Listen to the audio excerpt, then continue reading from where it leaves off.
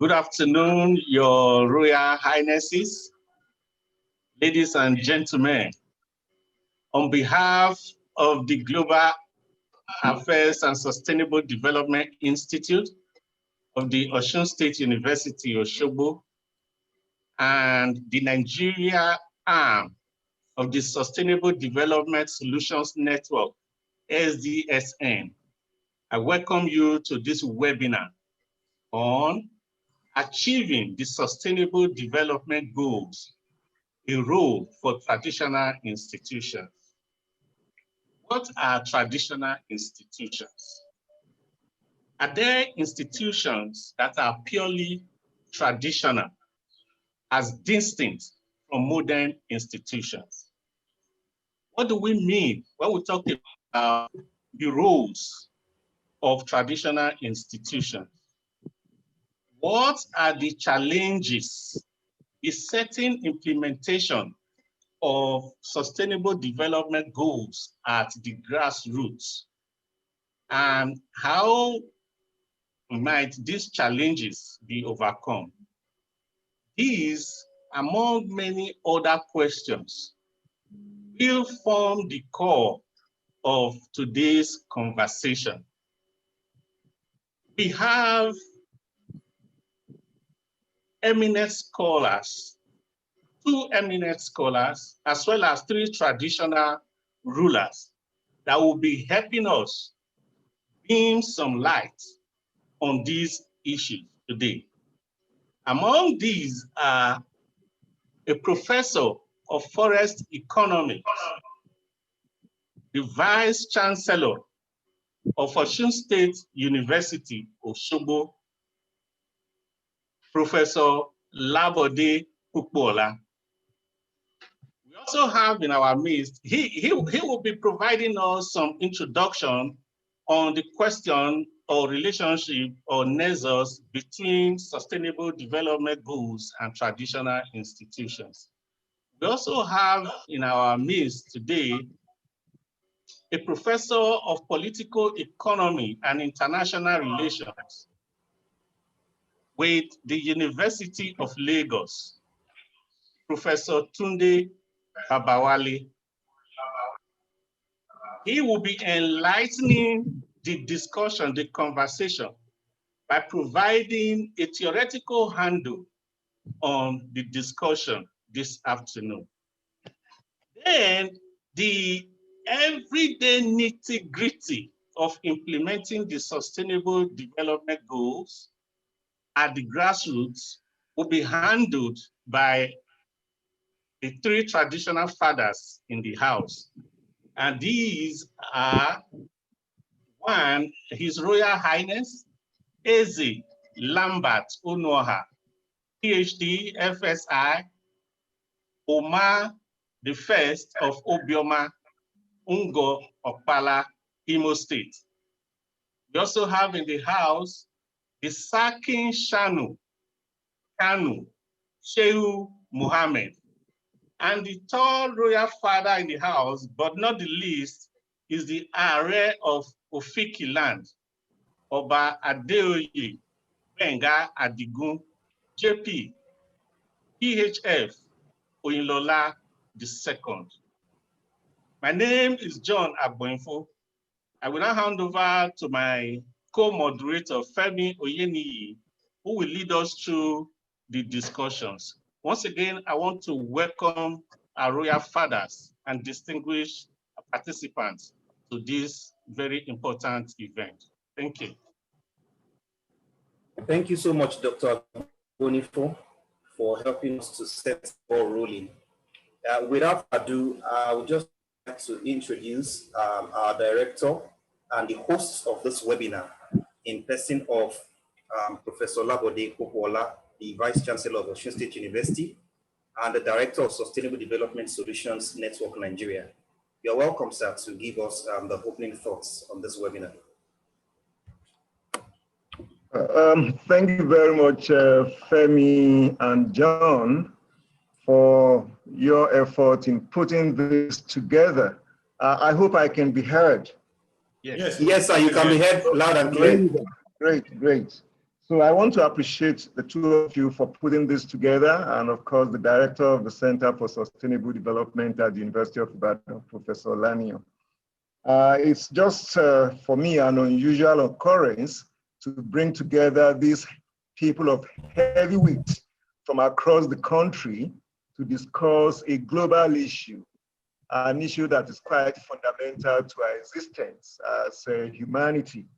So it's a pleasure for me first to welcome my very good friend, my brother, my younger brother and very good friend, Professor Tunde Babawale of the University of Lagos, who incidentally in April 2007 gave a wonderful lecture on culture and sustainable development at the Postgraduate School, University of Ibadan. I'm sure he will bring all of this to bear this afternoon. We've been discussing this topic even before the advent of the SDGs, so he's very well at home. It's also my pleasure to welcome our Royal Majesties. First, His Royal Majesty from the eastern part of this country. I want to say Igwe. And I also want to welcome our Serikin from Kano. I want to say Ranka Dede. And finally, the Oba of Ofikiland, Mosheka Biezio Baba. So I'm glad to host all of you. Sustainable development issues are fundamental to our very existence. And one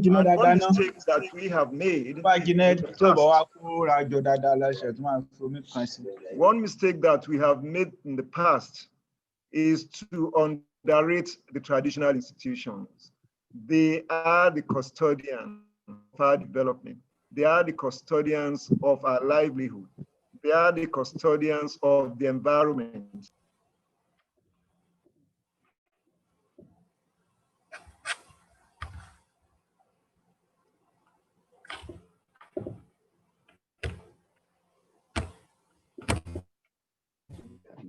Network.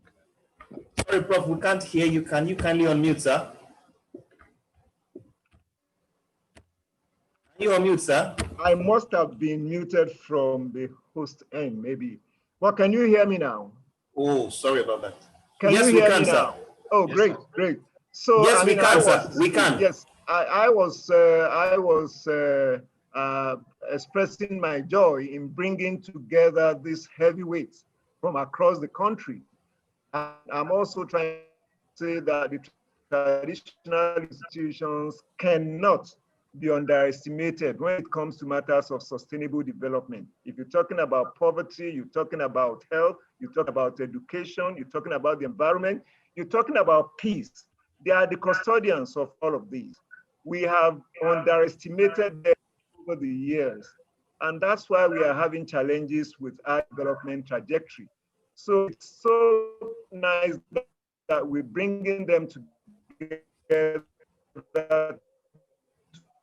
today to start this discourse. So it's my privilege to welcome all of you to this very important webinar. I'm very sure we are going to have a good time. So once again, very good afternoon and welcome everybody.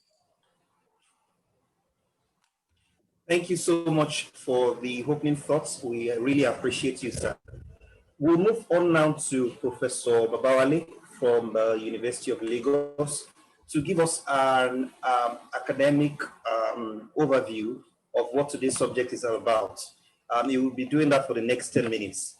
Prof, over to you, sir, Professor Latunde Babawale. Very much. Dr. Femi, am I right?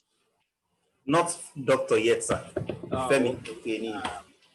I'd like to start by thanking the Sustainable Development Solutions Network and the Global Affairs and Sustainable Development Institute of the Osun State University for extending this invitation to me. I want to, in particular, thank my brother who takes joy in rubbing in his older age.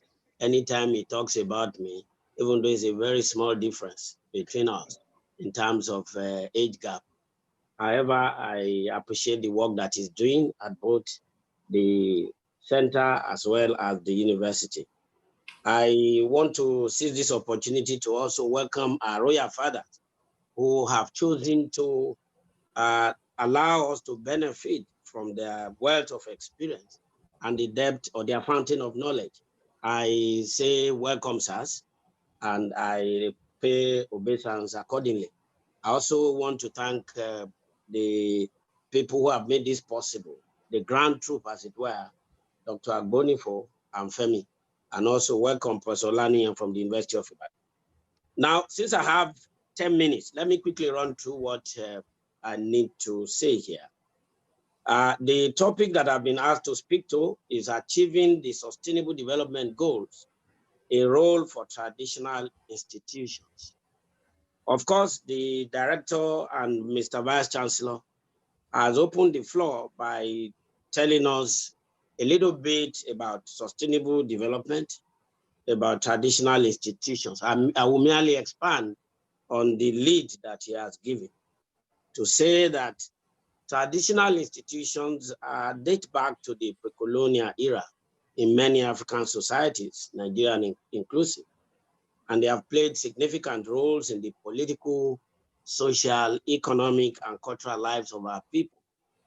Indeed, a scholar defined or described the traditional institutions as the focal point of our people's cultural, social, and economic, as well as spiritual engagement. In many of our societies, they are regarded as the representative of the ancestors and the representative of the gods on earth. And so they are accorded that respect accordingly. Traditional institutions have, over the years, contributed immensely to what has now become known as good governance. They have contributed to socioeconomic development of our communities across Africa and across Nigeria. And they have played very important role in our rural communities, most importantly, where we have the larger majority of our populations. But be that as it may, let me point out that there are divergent views in literature and among scholars as to the continued relevance of traditional institutions and traditional rulers to modern governance. Some, for example, believe that they are of little relevance to contemporary Africa because the institution has become archaic. Some also hold the contrary view that rather than saying that they have become irrelevant, they have remained relevant because they have helped and they are helping and they will continue to help to transform our society, to transform the socioeconomic structures of those societies, as well as ensure that politically we find a way of organizing our people, especially those at the grassroots level. Here I argue as follows, that traditional institutions have important roles to play in the transformation of our societies, and more importantly, they have a very significant role to play in the process of implementing the Sustainable Development Goals. They are capable of fostering growth and development in our communities. They are capable of helping us to consolidate democracy, and they are capable in helping to generate development, as well as the achievement of the United Nations inspired Sustainable Development Goals. Now, the critical question that we need to ask is, how can they contribute to the achievement of Sustainable Development Goals? But first, before we go further, let me quickly define or explain my understanding of sustainable development.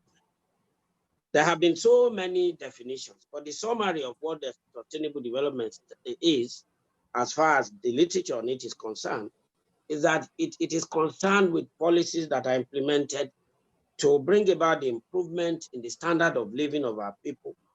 And in doing that, at the present, you ensure that you do not compromise the ability of successive generations to meet their own needs. This is why it is sustainable, that whatever development you bring to bear in your communities, you must be cautious enough and careful enough that such development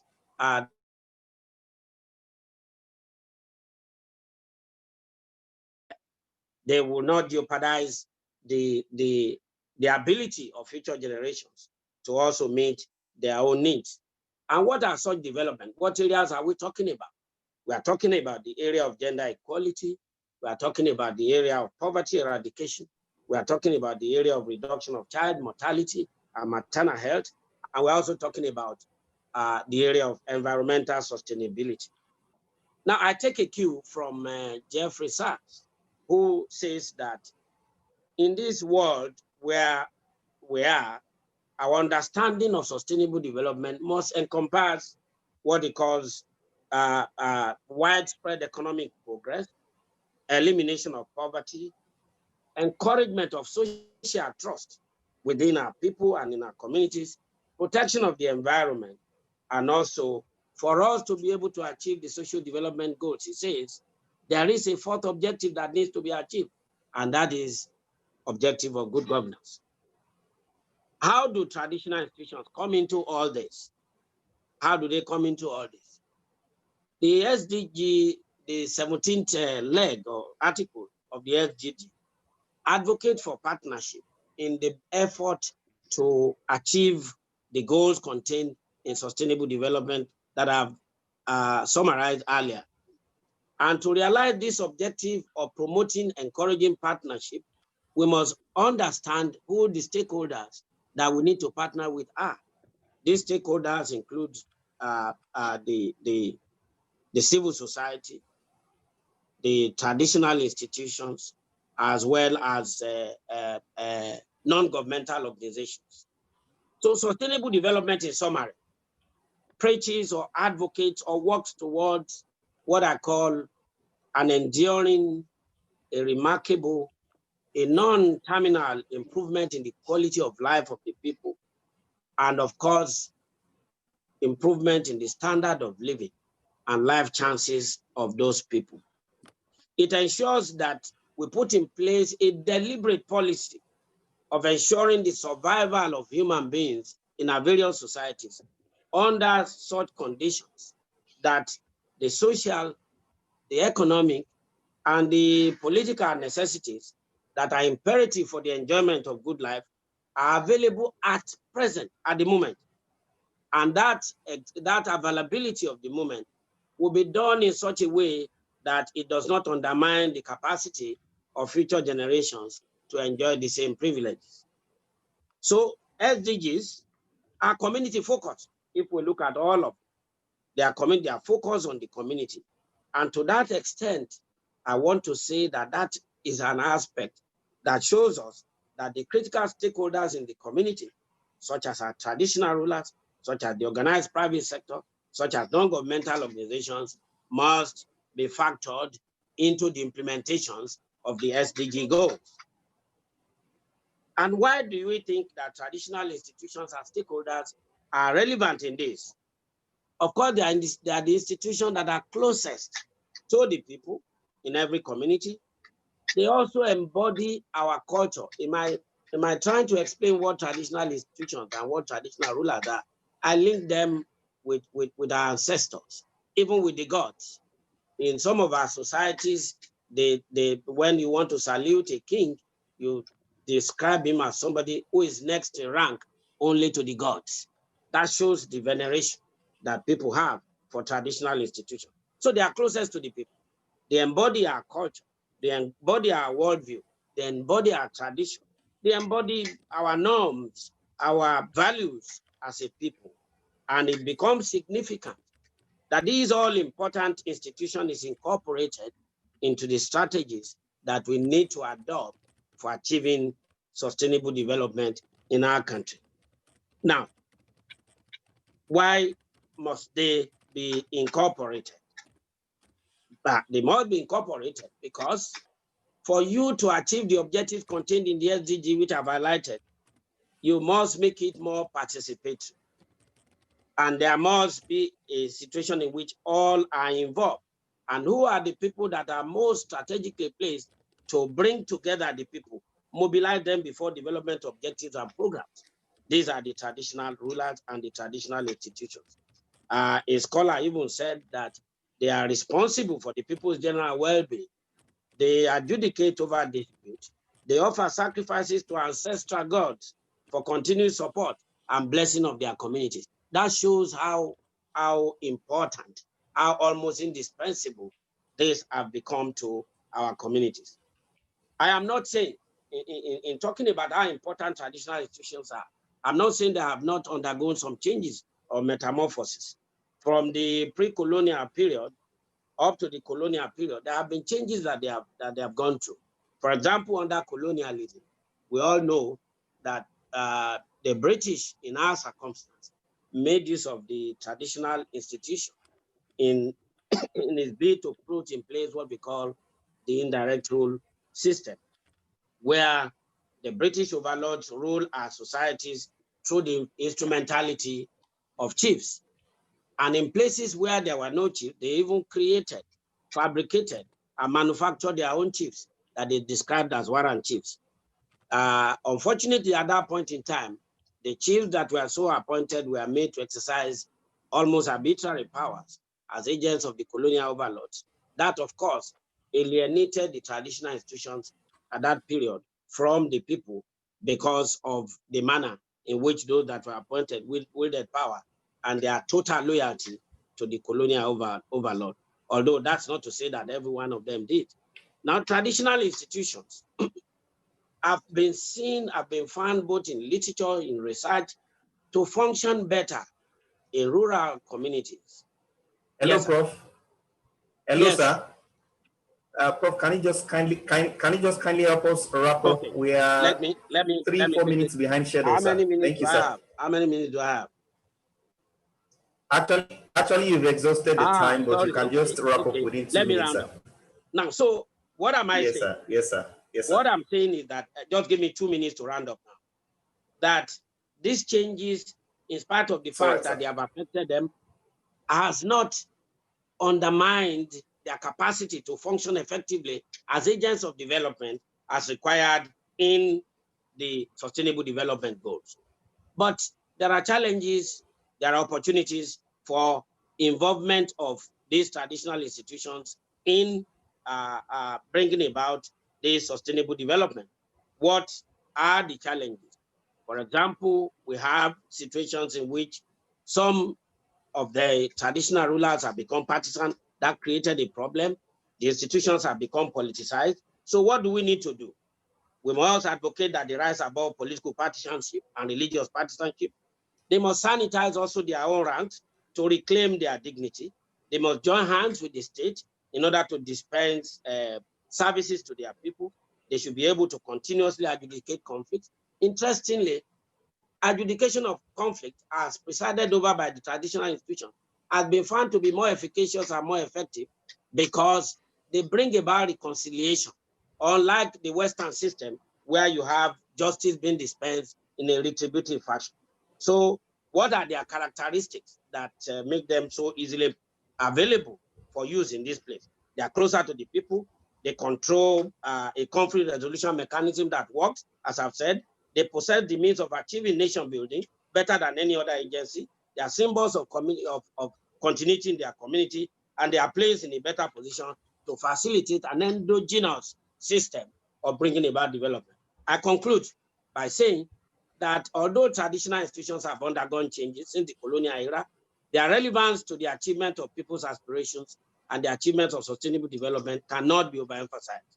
There is a need for us to formalize the roles of these institutions in modern governance processes in order to tap the benefits of such institutions and create harmony between the former state system and traditional authorities. By playing the transformative role that we expect them to play in society to achieve sustainable development, traditional rulers will further enhance their own legitimacy. They will strengthen the traditional institutions and sustain their relevance in the former state system. I thank you for indulging me. Well, thank you so much for this very subsequent discussion.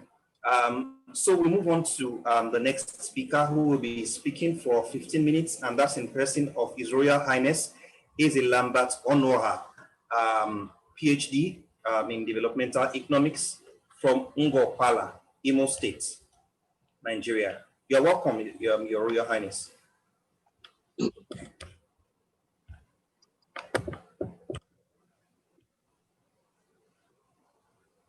You have the floor, sir.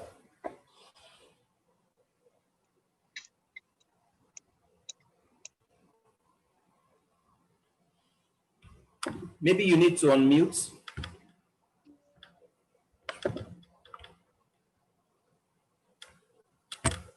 You need to unmute yourself. Okay. Sir. Okay. Are you hearing Yes, me sir. now? Yes, Okay. we can, sir. So let me go straight without much ado. In 2015, the United Nations came up with a blueprint which contains 17 items. That blueprint has a mission which states that by the year 2030, the SDGs is aimed to achieve a better and more sustainable future for all. So in carrying out these 17 development sites, we are going to look at them one after the other. First of all, let me mention them. Number one is no poverty, which of course I disagree. There must be poverty, but let us flow with them. The other one is zero hunger. Third one is health and well-being. Quality education is number 4. Gender equality, clean water and sanitation, affordable and clean energy, decent work and economic growth, industry, innovation and infrastructure. Number 10, reducing inequality. 11, sustainable cities and communities. 12, responsible consumption and production. 13, climate action. 14, life below water. 15, life on land. 16, peace, justice, and strong institutions. And lastly, a partnership for the achievement of the goals. Like the last speaker, Prof, stated, what are the roles of the traditional institution to ensure that above 17 items are achieved between the year 2020 and 2030? So I will start by taking the items one after the other. When you talk about no poverty, how does the traditional institution play a role to ensure that poverty is eliminated? It does this by engaging, collaborating, and partnering with the government, the public sector, and all non-governmental organizations to formulate, execute, and carry out policies on agriculture, artisanship, learning of trade, engaging in commerce or vocational trades. When all these things are achieved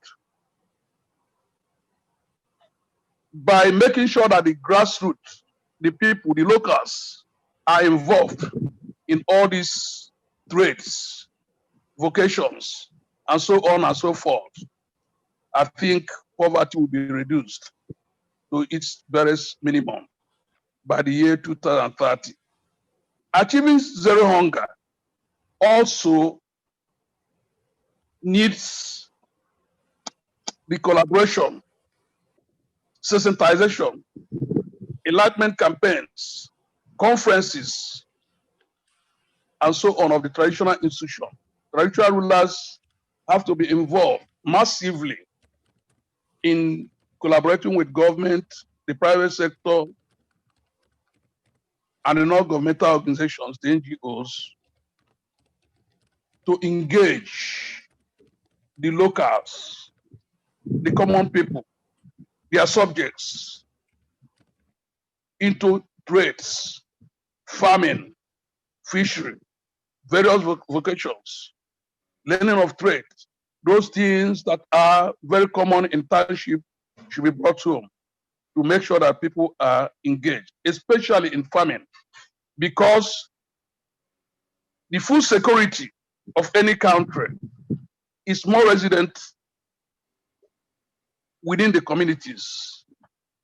So if an effort, a conscious effort is made by the government in collaboration with the traditional rulers to encourage farming, I think the issue of hunger will be minimally taken care of by the year 2030. The third one is good health and well-being. Good health and well-being is one of the indicators of a developed economy. And if this is to be achieved, the traditional institution has to sensitize the people, has to collaborate with the government or private individuals to make sure there are health institutions, clinic, hospitals are made available within the communities. And where these facilities and infrastructures are made available, it is the duty of the people, the local people, the individuals, to ensure that they are well taken care of, the facilities are well safeguarded. And also, so the traditional ruler have the responsibility to sensitize the people on the importance of health, especially those that have to do with infant mortality, those that have to do with terminal diseases for the aged, to make sure that health gets to all by the year 2030. The next one is quality education. Yes, education is a policy by the government, whether federal or state. That is their responsibility. But ensuring that education gets to all by the year 2030, I think the traditional rulers or the traditional institution comes in here to make sure that every child of school age gets education. They have to do this by sensitizing their communities, campaigning, conferences, meetings, and even promulgating local laws that will punish any parent whose children or wards are denied education. It is their responsibility to make sure that every child is exposed to good education. Number 5, gender inequality.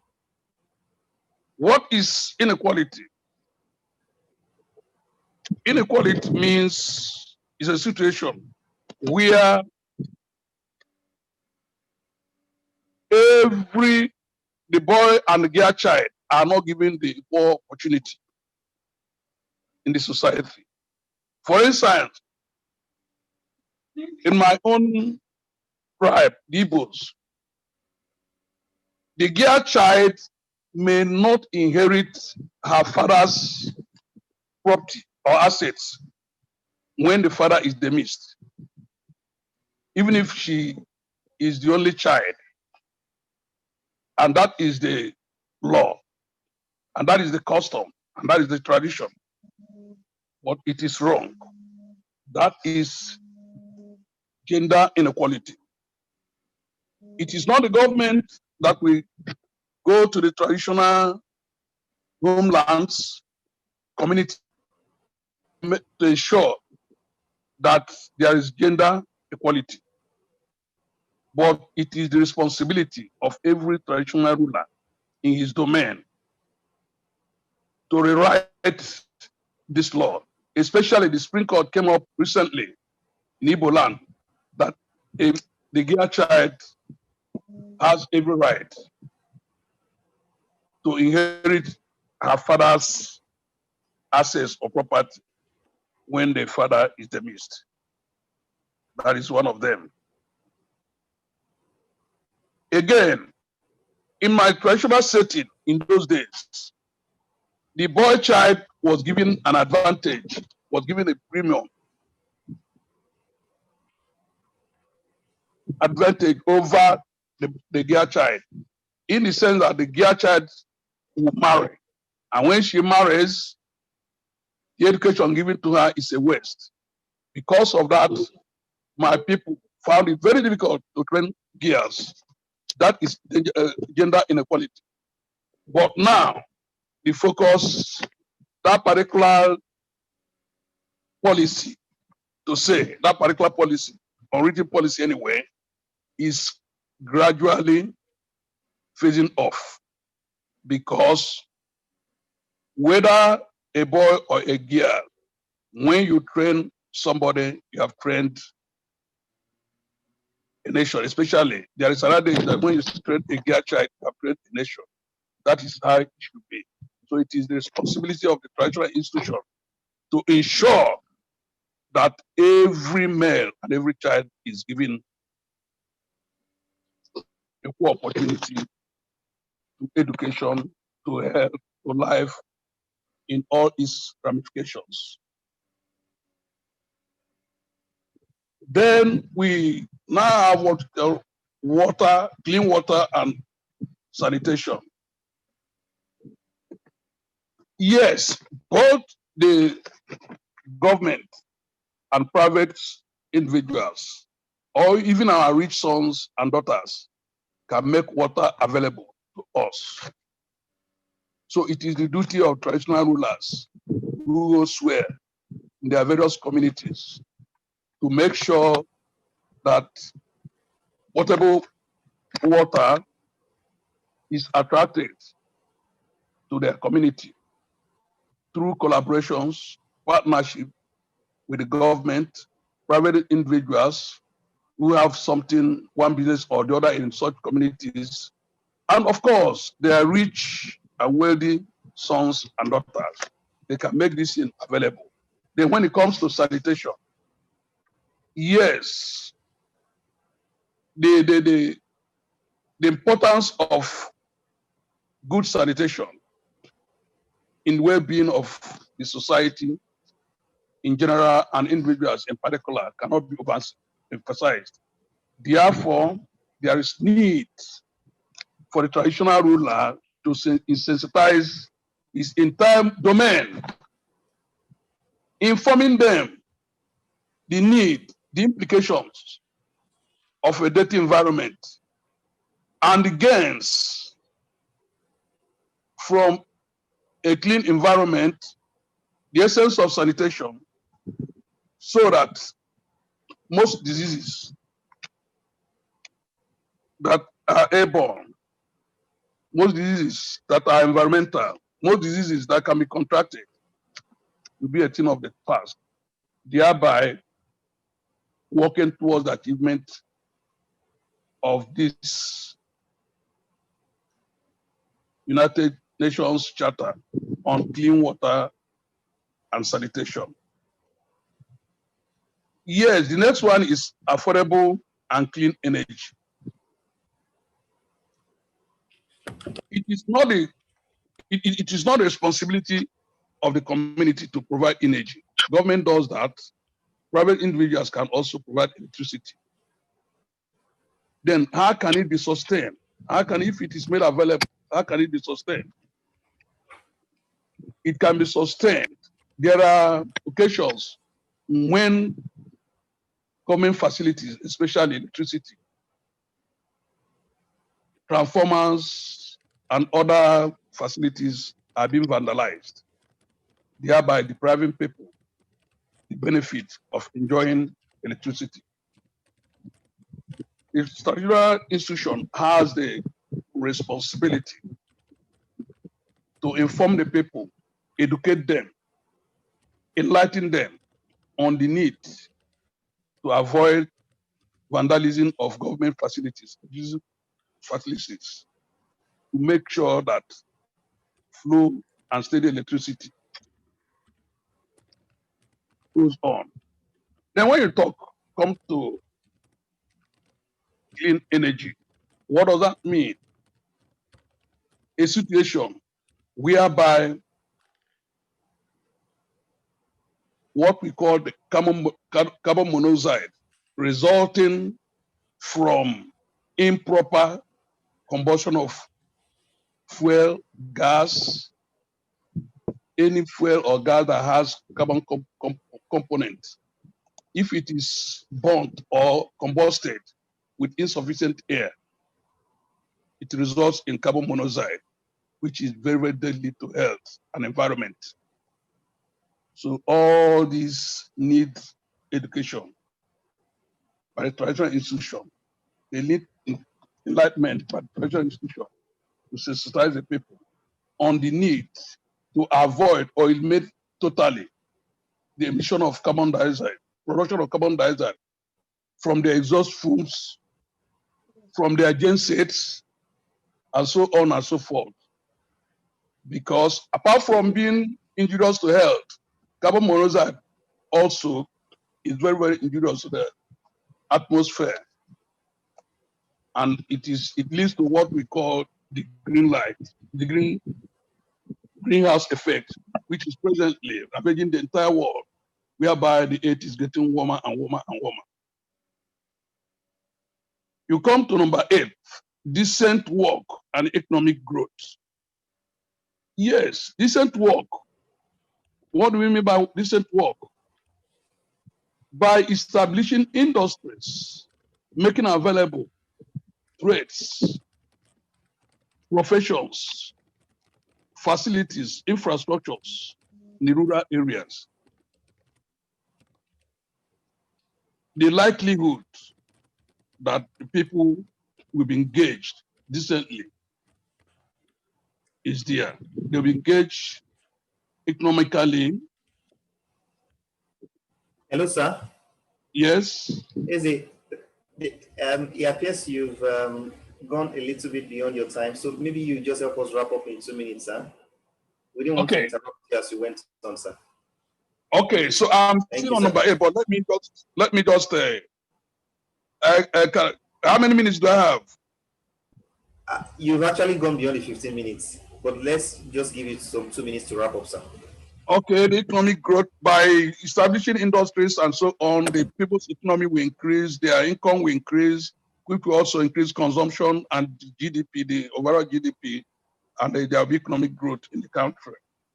Industries and innovations, provision of infrastructures in a particular place, the traditional institution has to partner, collaborate with individuals and government to make all these facilities and infrastructures available for people to work in the rural areas.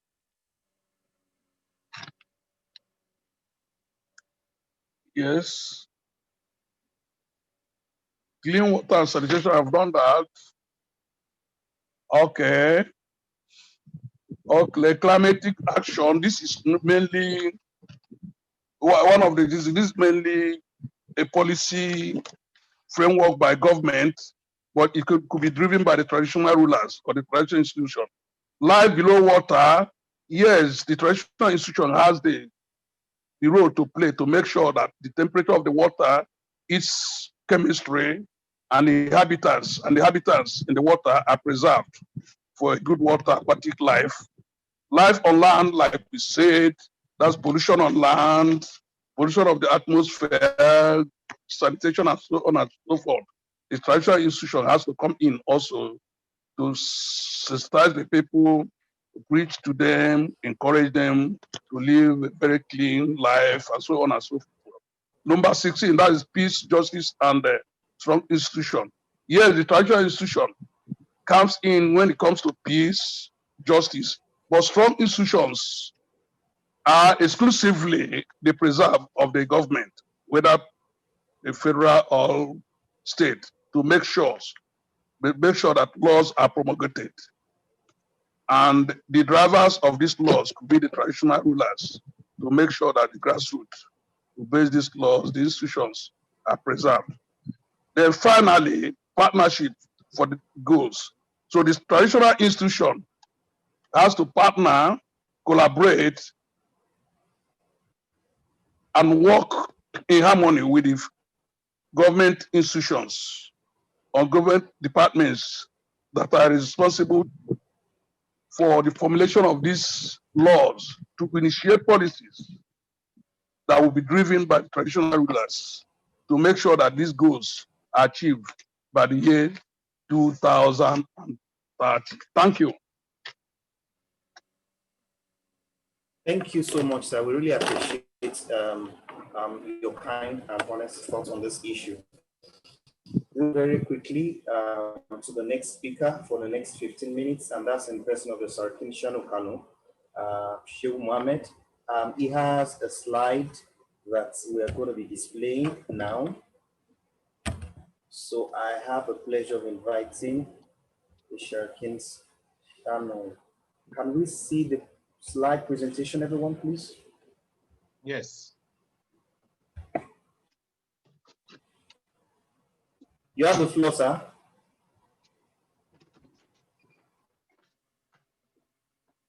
You have the floor, sir. Maybe you need to unmute yourself.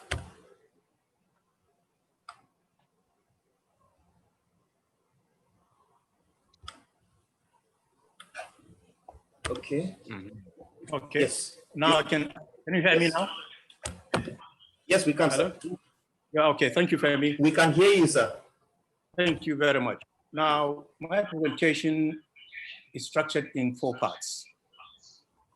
Part 1 will take a look at the microeconomic snapshot of Sub-Saharan Africa. Then the second part is an overview of the SDGs, 17 of them, as enumerated by Eze Onwaha. The third one will look at SDG 17 as a particular SDG itself, because I think it is the center and the heart of all the SDGs put together. The final part is the role of the traditional institutions, the role of traditional rulers, how and why they play or they can play these roles. So since the focus of all the SDGs concern the most vulnerable people of the world, I think Africa should be a very good candidate for consideration. In Africa, if you look at, because Africa itself has a population. Can you hear me? We can hear you. Please go ahead, sir. We can, sir. Africa is a very good candidate because of its large area and a very large population. Within Africa itself, Sub-Saharan Africa is more critical with a population of 1.1 billion people, life expectancy of 61 years, a young population with particular very good capacity for economic growth and development. Therefore, in this situation, partnership within and between communities is very vital. And I think traditional rulers can play a very significant role in this area. Now, one of these, of the 17 SDGs, I like to isolate 8, where I think they are the ones that particularly concern the traditional rulers, where the traditional rulers can play a very significant role in achieving these targets. The first one is SDG 1, which is no poverty. Are you listening? Yes. Yes, we are, sir. We are, sir. The second one is SDG 2, zero hunger. SDG 3, good health and well-being. SDG 4, quality education. SDG 6, clean water and sanitation. SDG 7, affordable and clean energy. And the last one, SDG 17, partnership for the goals itself. So I now want to take a look at the heart of these SDGs, that's SDG 17. SDG 17 emphasizes multi-stakeholder partnership. to mobilize, to educate, and to secure funding to support the achievement of all these 16 other goals. A key pillar, therefore, in achieving these targets is the traditional institution with its own wide network of human resources and a very well-tested communication channel. I will give an example of my own state here in Kano. In Kano State, we have 5 emirates, each headed by one emir. In the state, there are 44 local governments. Each local government has one district head reporting to the emir. There are 1,200 village heads reporting to the district heads, over 8,000 ward heads reporting to the village heads, thousands and thousands of imams, Quranic school teachers, and heads of skills and artisans, such as farmers, butchers, and so on. All these report through the channel up to the emir, through the district head to the emir, ward head, village head, district head to the emir. That is bottom up. Top down comes from the emir to the district head, to the village head, to the ward head, and down to the grassroots. That's the ordinary people.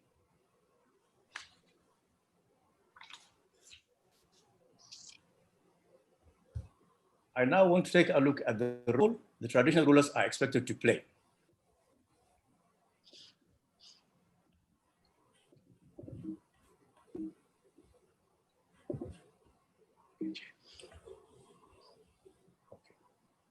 Now, the focus on this partnership, the traditional rulers are also in a position to help in goal attainment because they are directly in contact with their people.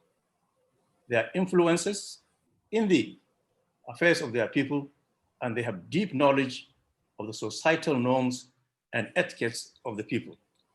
In my place, for instance, I can give an example. There was a village head, unfortunately, he died just a few months ago. He was 67 years on the seat, not in this world, he was 67 years on the seat. So this gentleman was able to understand his people, to work through all these systems very meticulously. Nothing was hiding from him. So in this particular area, I want to also cite 2 examples: the polio eradication in Nigeria. Federal government at one time was using the normal channel of ministers of health and MDAs to get to the root of the problem. Unfortunately, the efforts were not yielding very remarkable results. So the traditional institutions in Nigeria were contacted and they were asked to key in. And after they keyed in, the matter began to receive some respite. Today, I'm proud to say, with the support of the donor agencies, other Nigerian stakeholders who contributed immensely in terms of money and their own time, traditional institution keyed in, and polio today is out of Nigeria. We have just been declared a polio-free country. We were in, at one time, one of the 3 most chronic polio areas, I think Afghanistan, Pakistan, and Nigeria. We were in the trial where we were creating so much problem for the world, but today Nigeria is out of that group. How can the traditional institution, traditional rulers get this job done? First, most important aspect is they have staying power. They have no term, 5 years or 4 years or 3 years to leave the seat. They are there for life. As long as they maintain the decorum and the rules of the game, they will be there until they die or something happens, like they are sick and they decide to leave the seat. Therefore, the staying power is very important.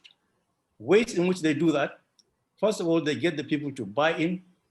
They get the community to buy into any policy or program brought about by the government or any other agencies. They mobilize the people because the people themselves trust their traditional rulers and they support them and they work with them. In all the time we have been working in this system, I have discovered that the traditional institution and the people have a very good working relationship, which was developed over thousands of years. In the case of Kano, for instance, the Fulani dynasty started about 220 years ago, and it is working perfectly well. So example I want to give is in the girl child education. Since the United Nations took interest in girl child education, and Kano state government has given the sector a very good support by making education free in the state, the girl child is also receiving extra attention apart from the one that I've just mentioned a few minutes ago. So girl child education is extremely important because once you educate a girl or a woman educated, that means society is educated. Her children will develop very good, healthy life. Herself, she will have a very decent life. She will be able to go to hospitals, prenatal, antenatal. She will take care of the children, good nutrition. All these are the results of very good girl-child education policy. And that's what we are trying to do in Kano. I think all over Nigeria, this is receiving attention now. So the SDGs I mentioned that are very key to our own role as traditional rulers are still the ones we are trying here in Kano to key into and to make sure that we drive the program successfully. In doing so, we are always looking up to other partners in the program to support our effort and make the whole thing very good, successful, to leverage on the success we have achieved so far to make sure that we get more success in the future. Thank you very much. Thank you so much, sir. Thank you so much, sir. We appreciate you for the intervention. We are really very grateful. You helped us to save some time, and we are very grateful for that. So we'll take advantage of that by moving on to the next speaker, who is in person of the array of Ofikin land, Obadio Yengadigun, JP, Oyinlola 2. Please, can we have you on board, sir? Good afternoon, everyone. Good afternoon, sir. Hearing me right now? Yes, we are hearing you very well, sir. All right. I want to thank everyone. I want to thank the organizer of this program and this conference meeting and all the guest speakers who have spoke earlier. I want to thank my colleagues, the Royal Fathers, who have made their presentations. It is very important to speak on this topic, which is one of the reasons why the SDGs, even the Millennium Development Goals, some have some effort in implementation. It is very important to note that traditional rulers are custodians of the culture, ethics, values, and the traditional overlord of their subjects. As a king, you have a lot of roles to play. The subjects are under you. Among the subjects are the chiefs in council. Among the subjects are the community executives, the traders, the farmers, hunters, artisans, men and women, children, and even the politicians who are making who are in the government implementing things. I want to submit this afternoon that yes, as traditional rulers, we have a big role to play, and our roles are sacrosanct in ensuring that the Millennium Development Goals are achieved. Achieving the SDGs calls for behavioral and cultural changes. Of course, before you achieve or change the mind or attitude of anyone, you must have the native intelligence.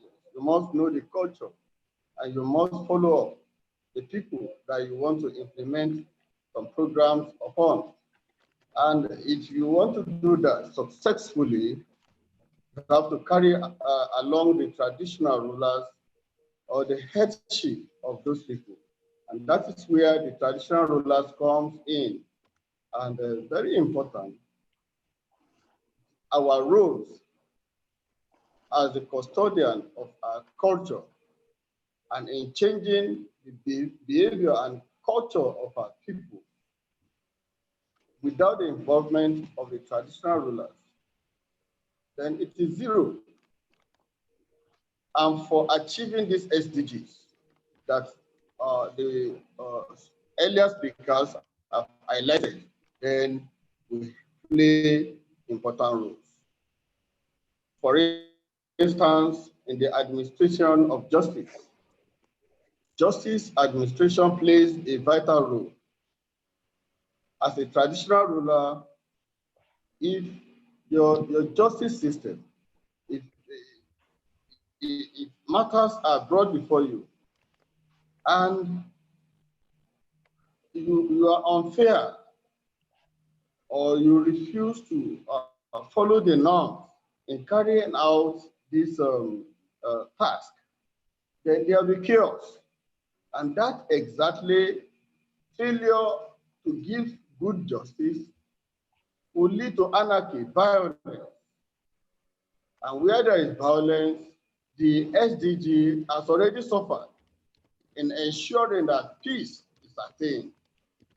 So therefore, the justice administration, for it to be effective at the grassroots, traditional rulers play important roles. When I came on board as the ruler of my community, I took notice that we do not have a functional court.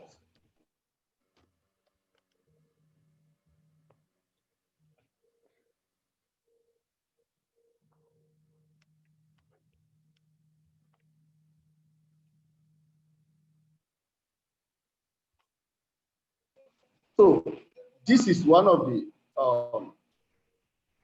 advantage and the role that a traditional ruler who knows what he's doing is to play at ensuring that justice is delivered in his community.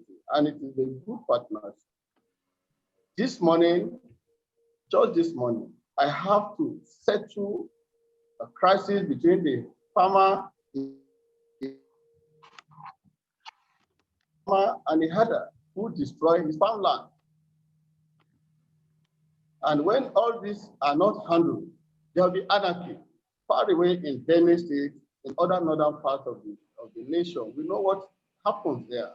So a traditional ruler has an important role to play at achieving the Millennium Development Goals. Security is very key.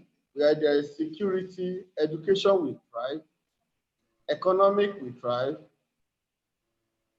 the unity of the people will be entrenched, and all other development goals will be achieved.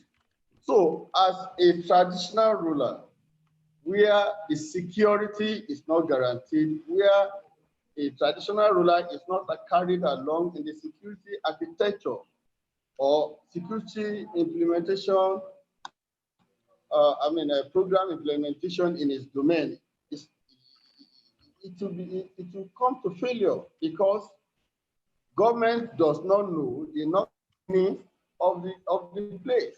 So the traditional ruler knows what he's doing, and it is very critical to carry along the traditional ruler in his domain in order to achieve total security of the people.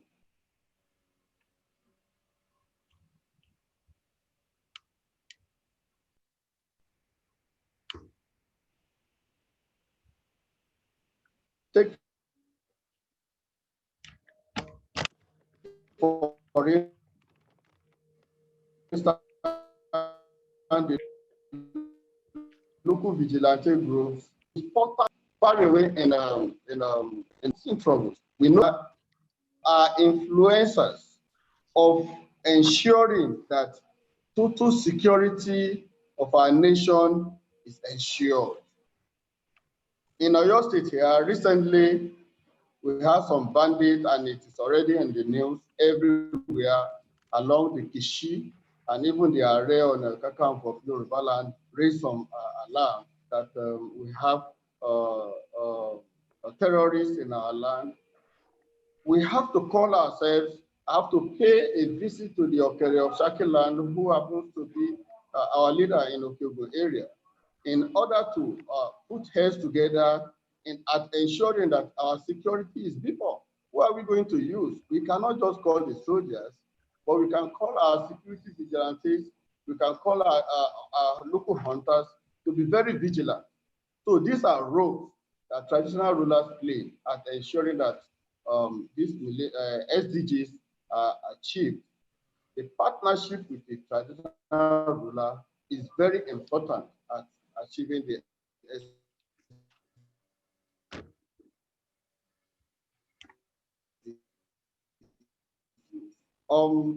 Very that in every situation in this nation, there is no mechanism that government will put in place. If traditional rulers are not carried along, it will amount to zero.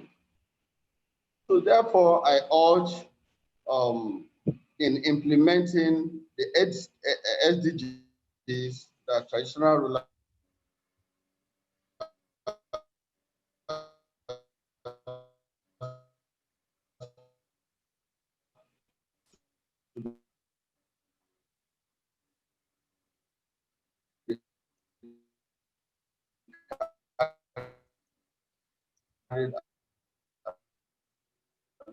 we have a lot of crises like clashes.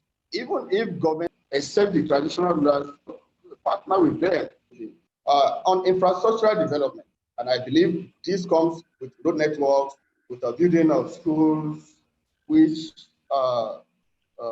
assist in educating our children, our wards. The traditional rulers knows where the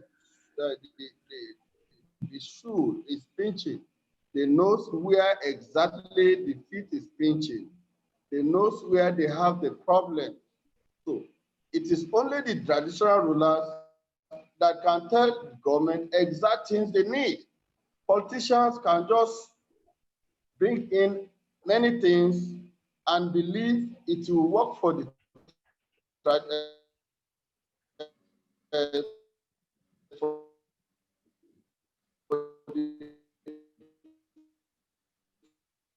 community, but projects are not functioning in the local communities.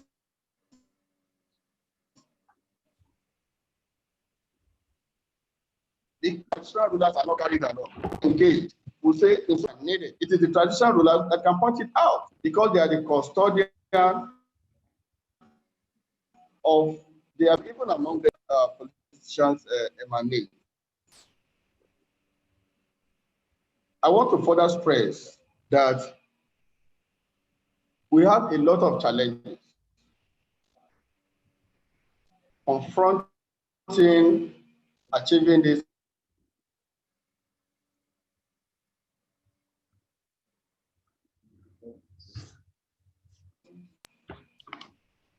and laws bearing in the area of security. For instance, in the western region of this nation, we have been hearing of Amotekun being brought in place to assist, to complement the Nigerian police effort. If you are not backed up by a law, our local vigilantes, a lot of them, in their attempt to assist the government in the area of security, are in jail. Why? Because government's inconsistent policies, laws that are not protecting the local vigilantes, that puts them into jails, are part of the factors affecting the security system of this nation. So when traditional rulers are carried along, they will be able to recommend individuals, hunters, vigilante groups that will assist the government in carrying out holistic security network that will help in salvaging the dying security architecture of this nation. People are unsafe. We hear of kidnapping everywhere. In my domain, I leave no stone untouched. They know me that I do not compromise with the security of my people. So therefore, I want to submit that to achieve the millennium, SDGs, government need to back up the vigilantes, the local security architecture being put in place by traditional rulers with laws that will protect them while they are carrying out their activities. Mobility. There's no way you can dispatch battalions of soldiers in areas they may not achieve. It is the local people that knows the hideouts.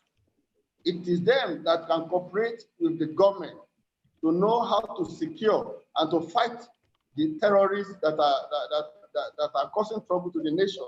So there are a lot of things that government need to provide. They need to provide mobility. They need to provide financial resources to back up the traditional rulers. Because some of us who are privileged, are doing that and at expense of our pocket. So the health system and so government bureaucracy at assessing health facility is also effective. So traditional rulers play critical role. Recently, I did an health outreach where over 600 people were treated. We have about 43 surgery cases. So this is part of the contribution from my own palace contributing to the health system. I want to encourage the government that to achieve SDGs, traditional rulers need to be empowered, they need to be supported, they need to be inclusive in governance. They need to play a very role. Let create a platform for traditional rulers. Before the colonial system of government, we exist. My kingdom exists. And there are ways at which we protect our land. We fought the Dahomians. We trace them back to their colonies. So when Nigeria comes existence, a lot of things have been distorted, except we go back to the north, except the government go back to the olden days and assess, include the traditional rulers in governance. I don't think this the SDGs will be achieved. So partnership with traditional ruler is sacrosanct. It is important that government partner. So the benefit of SDGs are enormous. We can eradicate poverty.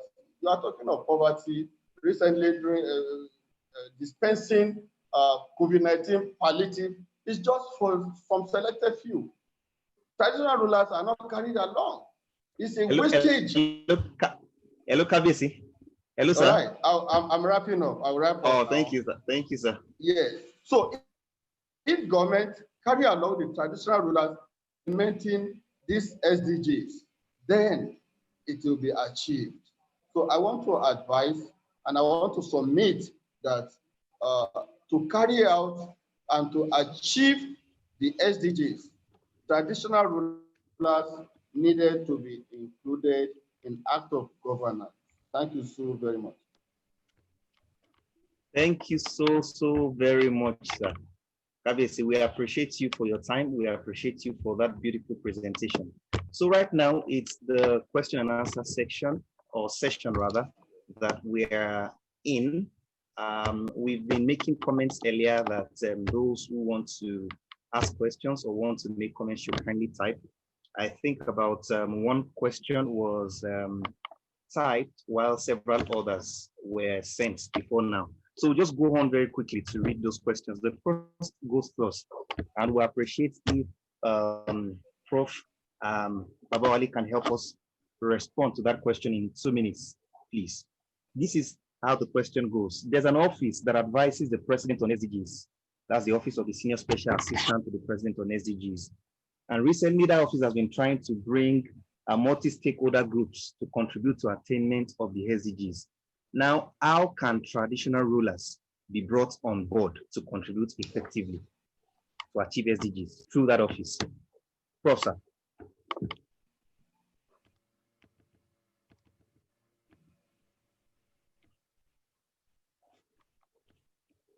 Hello, Prof.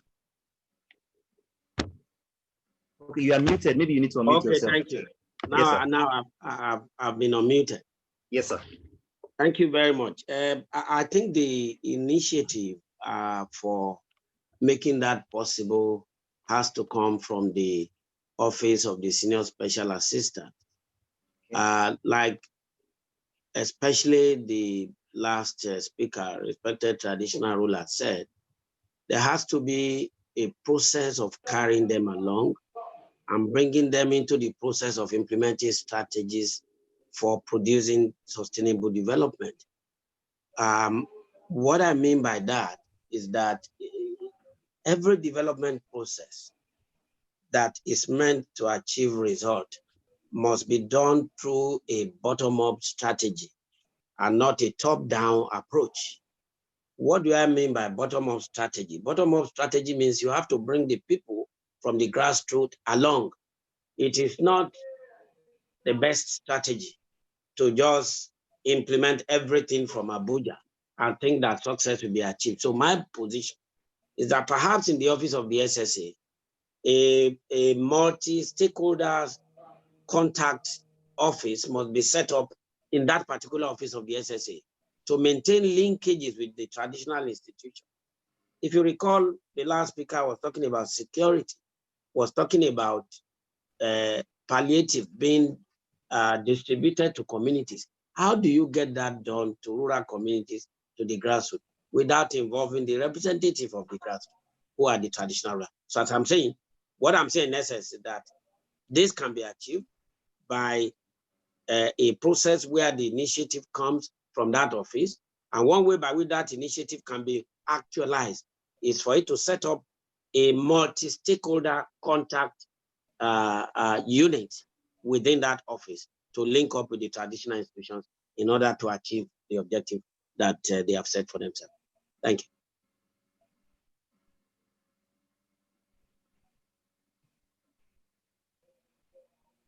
I am done.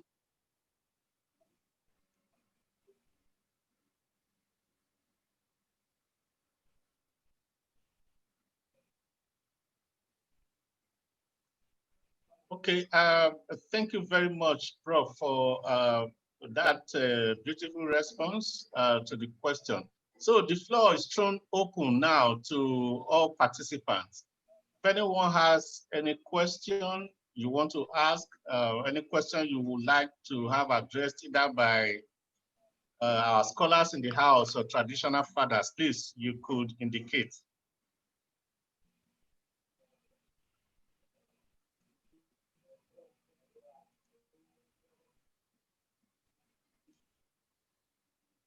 Hello. Hello, sir. Yes, I want to respond to the last question. Okay. I think recently we had in our local government, we received some envoys from the office of the clerk, taking the biodata of traditional rulers in this country. Through this exercise, the office SSA to the president on SDGs can get the established traditional rulers of this nation, either by way of organizing conference or interfacing with the traditional rulers in their respective local government, traditional council, to ensure that these SDGs and dividend of democracy reach the grassroots. That's my submission. Thank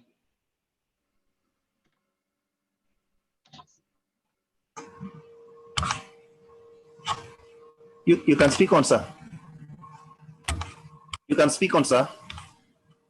Okay. Yes, sir. My submission is this. I mean, to address the issue of reaching to the grassroots or how traditional rulers to be carried along. Each local government, can you hear me? Yes, we can. Yes, we can, sir. Okay. Each local government has traditional council, and government already has embarked on a program through the office of the clerk at ensuring that the biodata of recognized chieftaincies are captured in an encyclopedia of traditional rulers in this nation.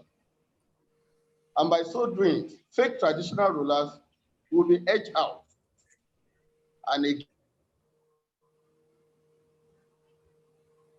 this information and interfacing with the local government traditional council will assist the office of the president on SDGs to achieve the partnership at ensuring that the SDGs are achieved at the local level. Thank you.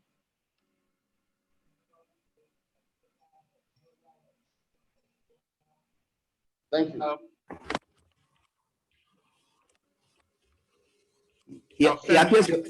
Hello, sir. Can you hear me? I'm here. I have a question. Oh, okay. Can you, before you ask your question, I see that Professor Hupola wants to say something as touching the other question. All right. Yes, sir. Prof, you can respond, sir. You are not muted. You are muted, sir, rather. Okay. I will. Okay. Okay, sir. Oh, unfortunately. Yes, I'm unmuted now. Yes, sir. Well, I just want to follow up on the issue of a role for traditional rulers. Yes, sir. Yes, the importance of this is not in doubt, but I'm wondering how the office of the SSC on SDGs at the presidency can do this. We have 774 local governments in this country, and perhaps each local government has as many as 10, 20 traditional rulers. How would that work? I would rather we take it at the state level. And I think SDSN can collaborate in getting this roped in somehow. It will be more controllable, more manageable at the state level than taking it from the presidency. And I know that every state actually has an office for the SDGs. They may not call it that exact name, but every state has something at the state level than at the presidency. That's true. Thank you so much, sir. Dr. Bonifo, you have some questions, sir. Oh, thank you. It's been taken care of. Okay. Oh, okay. The question has been taken care of. All right. Sorry, I realized that KBC was trying to make some additional comments. Please, there's still a question directed to you, KBC. We are still coming to you. For the Sarkin Kano, there's a question for you, sir.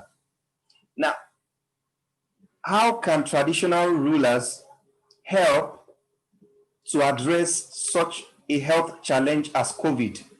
And this is going by the fact that those in the rural settings may likely be more affected negatively by such a health challenge. So how can traditional rulers contribute to achieving SDG 3, which focuses on health?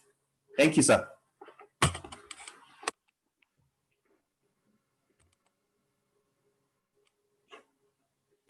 You need to unmute yourself, sir. Okay. Can you hear me now? Yes, we can, sir.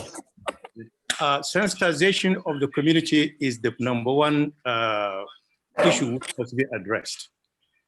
And apart from sensitization also, the traditional rulers themselves must show example by going to follow the protocol to the letter.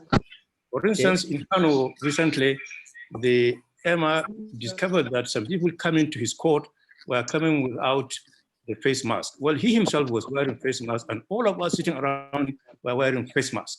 So it had been made compulsory. If you come in, if you are to go to see him, you must be COVID-19 prepared, compliant, exactly. So apart from that also, it is in our own hand when we go to schools to sensitize the children about the dangers of anything that will make them fall sick, whether COVID or malaria or anything. So these are the two issues Sensitization is one, and also leading by example. Thank you so much, sir. The person with iPhone is raising up his hand. Can you type in the chat box? Can you type in the chat box your question, sir? I'm trying to unmute you, but you are okay. Can you make your comment very quickly, or your question, as the case may be? You are unmuted, but it appears we are not hearing you. So maybe you could just type in the chat box. Hello, can you hear me? Yes, we can hear you now. Please go ahead. Okay, hi, my name is Rashid. I'm joining this discussion from United States. I want to first of all, thank you all very much for this opportunity. This is, I'm really enjoying myself. So I wanted to talk about the role of the traditional institutions in the area of managing mental health. You know, so when we talk about SDG 3, it's all about health. But at the same time, the SDG 3 also talk about wellness. So research has, found out that there's strong connection between mental health and and medical, health issues.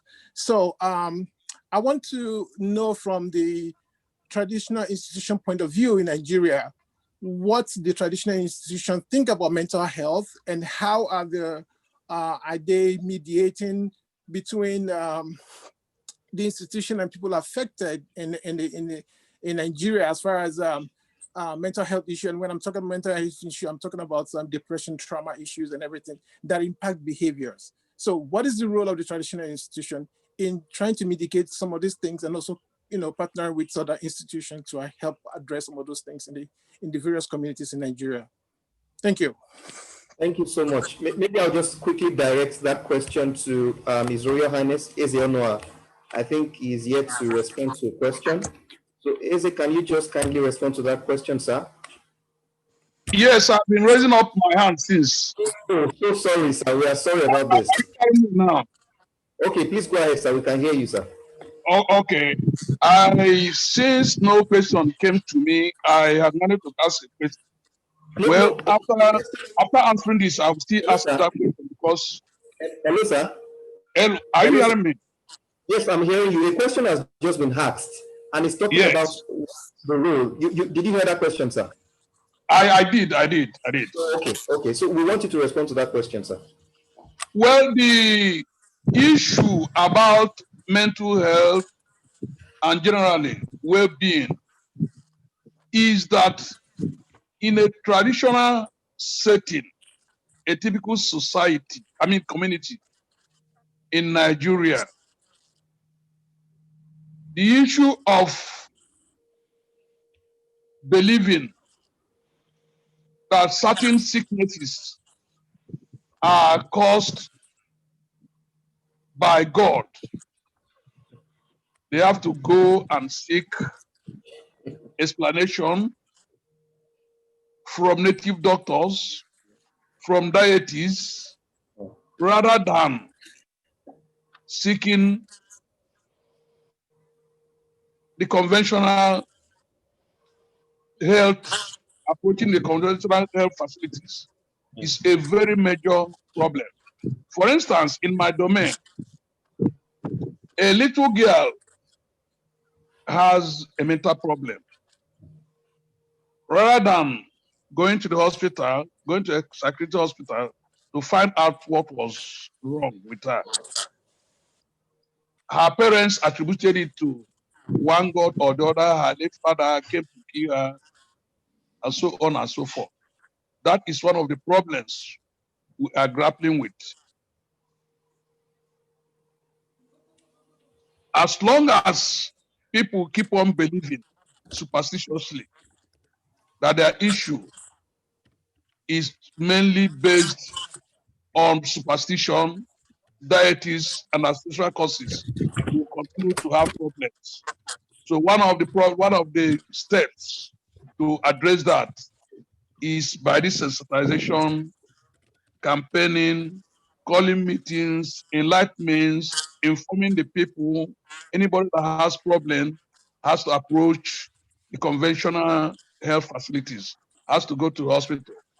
But I thank God, immediately I waded in, she was taken to hospital, and her problem was diagnosed. But today, she is better than she was before. Thank you so much, sir. We appreciate this intervention coming from you. So we'd like to direct this other question to, you said you have a question, by the way, sir. What's the question you have, sir? Yes. Like the prof said initially, one of the challenges this traditional institution has is politicization. Before, it wasn't so. But in recent times, you discover that the traditional institution has become an appendage of the executive, especially in the eastern part. And this has eroded the values, the norms of the traditional institution. It has fizzled out the respect people had for the traditional institution, and it has polarized some of these councils, the traditional council, into various factions. So what is the solution? Thank you. Thank you so much, sir.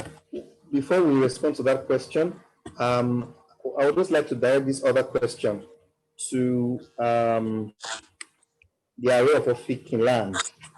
Sir, how can out-of-school children be integrated back into the school system through the intervention of traditional rulers?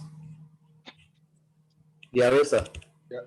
Yeah, thank you so much, Mr. Femi. Yes, of course, the out-of-school children can be integrated back into the school system. The traditional ruler knows the parents of these out-of-school children.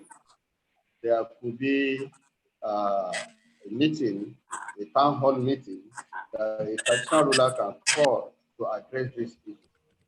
And in the palace of the traditional ruler, we have the chief in council that represents each of the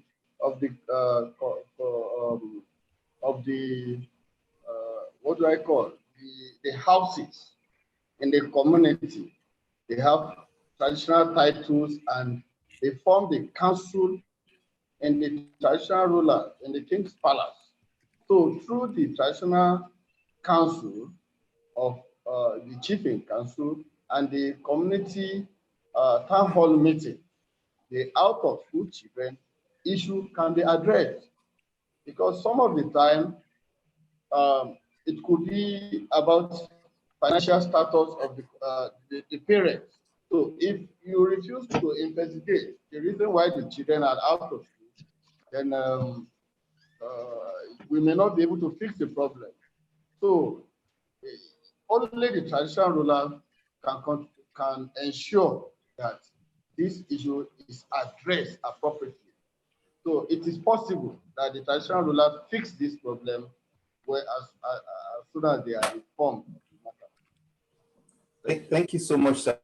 Now, to the question the ASA raised, okay. I see the Sharkey. I see the Sharkey channel wants to say something. Actually, I need to make this plea. I need to make this plea. We shot beyond our time. We said 4:30, and we really want to keep to that by we really want to keep to our word. But then we'll just plead and crave the indulgence of everyone to allow us to wrap up within the next 10 minutes. I hope I have a positive nod to that. Yes. So thank you. Thank you if that is a yes. The Secretary Shami, you have a point to make, sir. Yes, I wanted to just chip in a word on the mental health issue, which was raised by somebody from the US and answered by my colleague here. The traditional institution can have a very important role by partnering with the National Drug Law Enforcement Agency here in Nigeria and health centers to make sure that people are educated on the dangers of drug, because most of these mental health, apart from a few that are natural, are caused by drug abuse. In fact, in Kano today, you cannot be a traditional ruler, no matter how small the position, until you are tested for drug. Once the drug test comes positive, you will never get that position. So everybody who is going to be appointed as any traditional ruler must be tested And if the results are positive, you will never get it. That's what I think I would say. Thank you very much. Thank you so much for that intervention, sir. Now, to Professor Obawale, I hope he's still with us. Prof, we would love you to respond to a question or an issue raised by Eze Onwa. He said it appears that in the eastern part of the country, the traditional institution, I would want to say some parts of the traditional institution appear to have hobnobbed with the political class. And so they appear to be dependent on that class. That I don't know. Eze, can you ask the question again? I can't recall how we framed it, but I think what he's trying to say is it appears the traditional institution in the southeast. Okay, can I repeat it again briefly? Please go ahead. Please go ahead, sir. Please go ahead, sir. I said in recent times, it's been observed, as Prof said earlier, the traditional institution has been politicized, over-politicized. Okay. That it is more or less an appendage of the executive. Okay. And it has eroded the confidence, the respect the local people have for this traditional institution. It has also polarized the various traditional councils into various factions. As a result, that confidence, that respect, that flavor with which the traditional institution was known in the past is being gradually eroded. What is the solution? Professor Obawale, can you help us intervene, sir?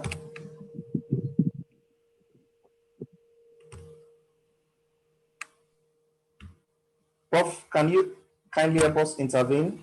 Can you help respond to the question? I think you are muted. Anyway, okay, Prof, before Prof comes up. Yes, thank you very much. Okay, I was muted by the host. Oh, sorry about that, sir. Yeah, thank you very much. I think this is a very important question. But before I quickly wrap that up, let me say that this particular meeting must come out with that recommendation that Seriki just mentioned. And it's going to be very helpful to the institution that we are discussing today, if at all levels, in every part of Nigeria, we advise our government to make it compulsory for drug tests to be carried out on anybody who wants to ascend the throne of his forefather in his domain. We have seen many examples now, especially in the southwestern part of Nigeria, of people who really should not be in that office by virtue of their past. Thank you. Having said that, the question raised by the Eze has come about because politicians do nothing other than to politicize institutions and individuals. The solution is for traditional rulers, like I said, to rise above partisanship, become apolitical.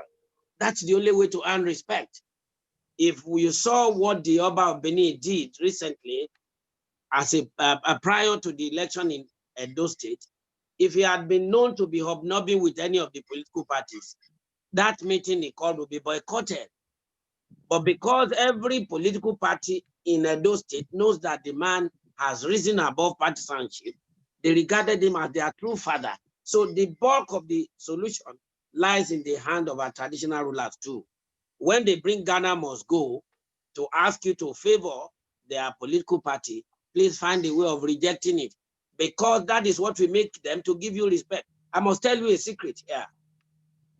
I have seen that in spite of the way some of them, that the political class, political elite, treat traditional institutions with disdain, they are in love with that institution. When elections approach, that is the first place they go. Every one of them looks for a chieftaincy title. If they think that the institution is useless, why do they want chieftaincy titles? So I am suggesting that we must also complement this with an advocacy for government to formalize the role in the governance structure so that they will be contributing meaningfully and formally to policy making. This is happening in South Africa, for example. Let's see that happen in Nigeria. Thank you. Thank you. Thank you so very much, sir. Mr. Femi. Yes, sir. Let me add something to that. Okay. Thank you so very much.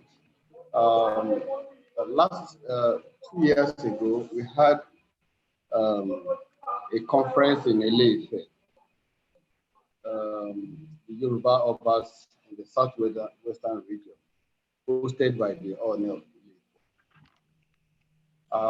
at that meeting, part of our resolution was that traditional rulers should be included as the fourth tier of government. The issue that Eze raised dated back to the colonial period, where warrant chiefs were allowed to operate to checkmate the authority of the traditional rulers. So it is not even in this present era that we are in. So we need to go back to basics. Traditional rulers should know that you own your town, you are the custodian of the culture, the people, everything that God gave you in your kingdom. Therefore, traditional rulers should understand themselves first, not as an appendage of executive, like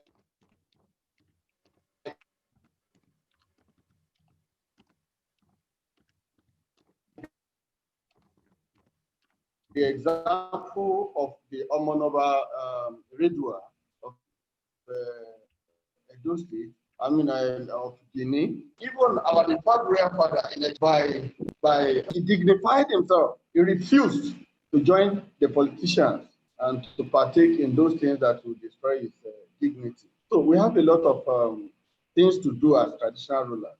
We need to talk to ourselves. Let's control our appetite. Let's control. If you do not have the work, try to create something that will bring income to you, rather than depending on the politicians for your daily income or whatever to make the ends meet.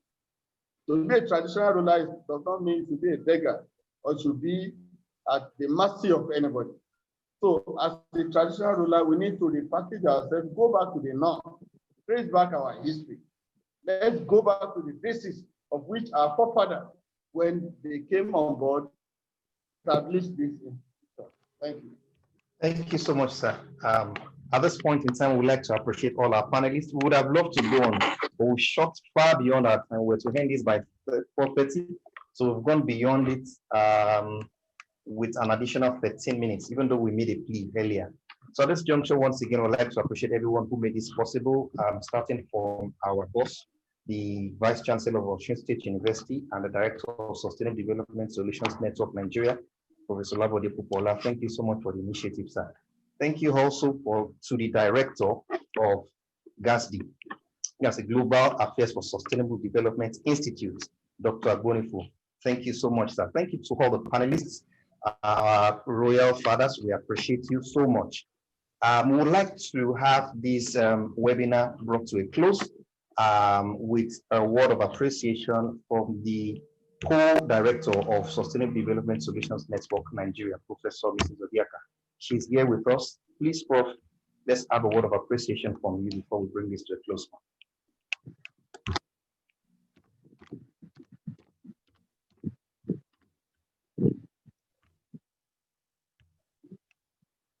Muted me.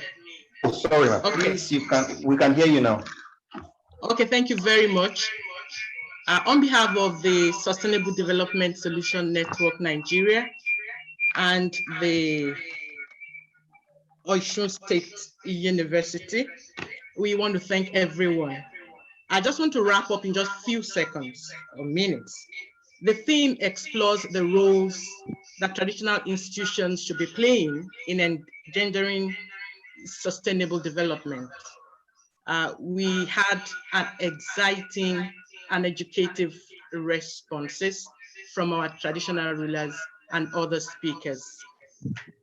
We have noted from Prof that the traditional rulers have roles to play in implementing the SDG goals. We are grateful. And the Royal, His Royal Highness is the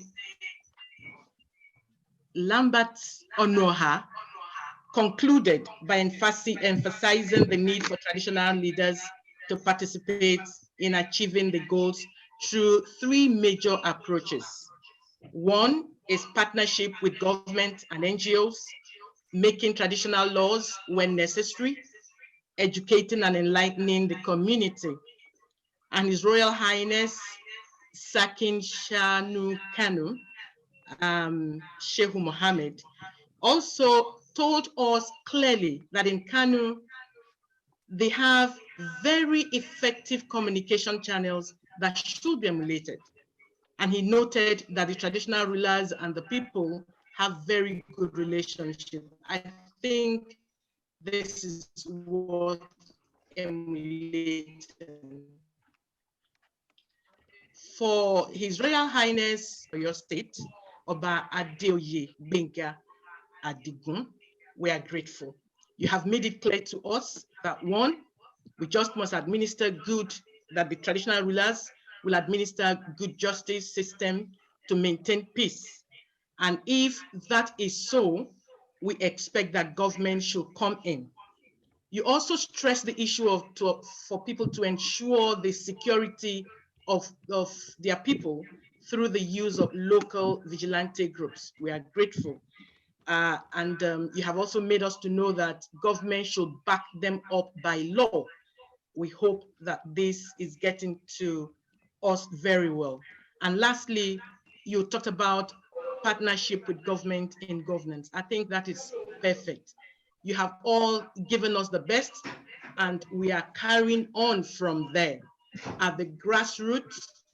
And we know that at the end of it all, the SDG goals definitely will be achieved. It is for all of us, and we're going to work together to achieve it. Thank you once again, and we pray that the Lord will help us to get there. God bless you all. Thank you so much, ma'am. I believe our director also has a word for us. Professor Wupola, you have a word for us, sir. Let's hear from you, sir.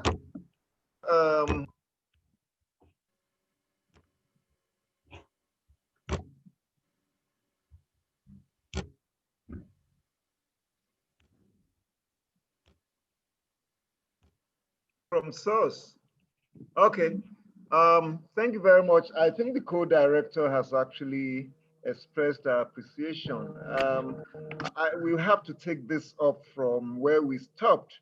There is need for a decision extract or a communique to come out of these very, very useful interactions this afternoon.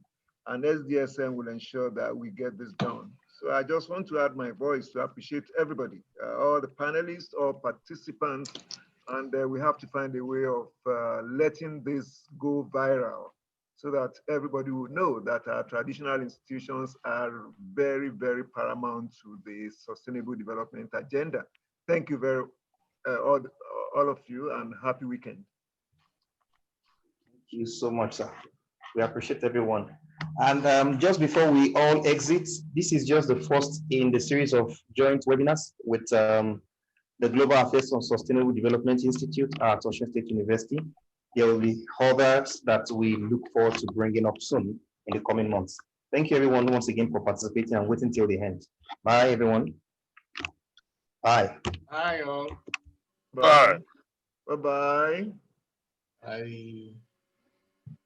Bye. Bye-bye. Bye.